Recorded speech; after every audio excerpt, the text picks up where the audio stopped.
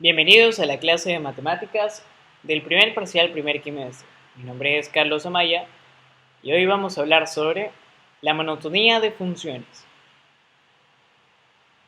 Como objetivos de esta clase tenemos reconocer una función creciente y decreciente, determinar la monotonía de una función.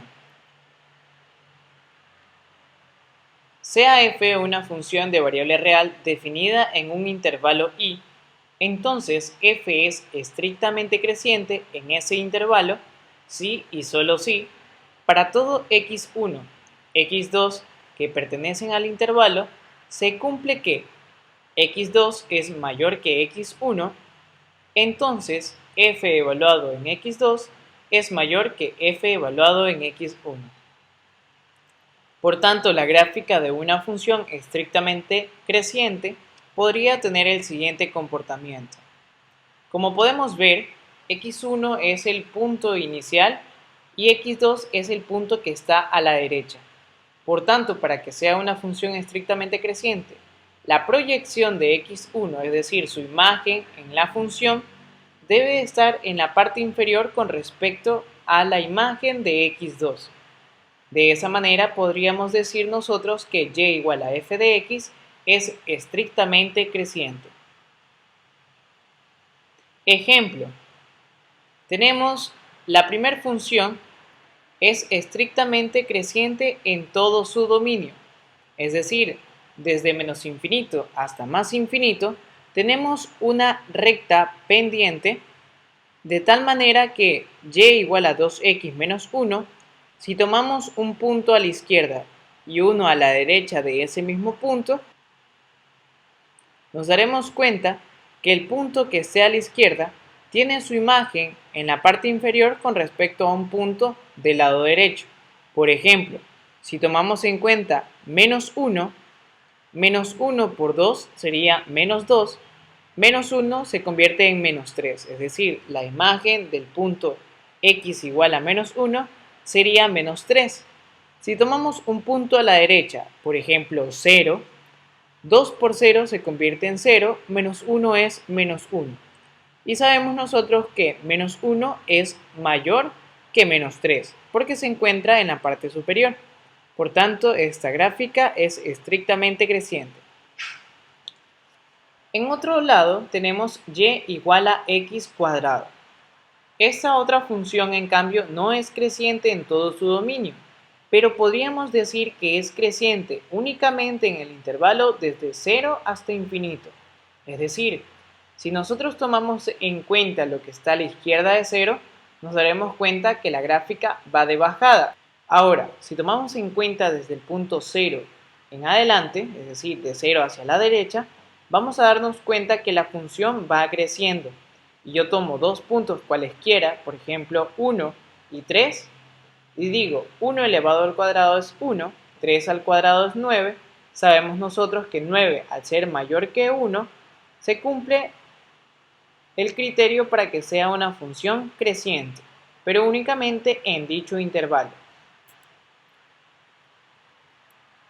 Cuando una función crece en ciertos intervalos y se mantiene constante en otros intervalos, se dirá que la función es creciente. Entonces se cumplirá que, para todo x1, x2 que pertenecen al intervalo, x2 es mayor que x1, entonces f de x2 puede ser mayor o igual que f de x1.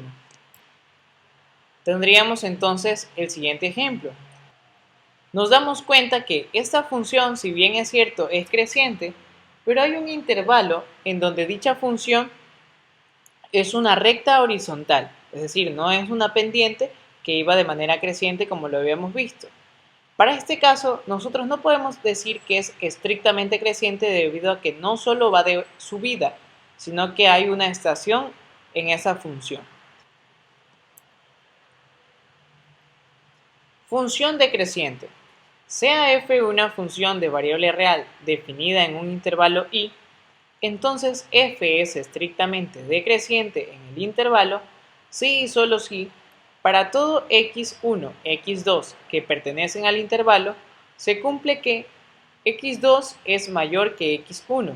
Entonces, f evaluado en x2 es menor que f evaluado en x1. Es decir, para este caso, la función tiene dos puntos nuevamente en los cuales nos vamos a referir para analizar su comportamiento.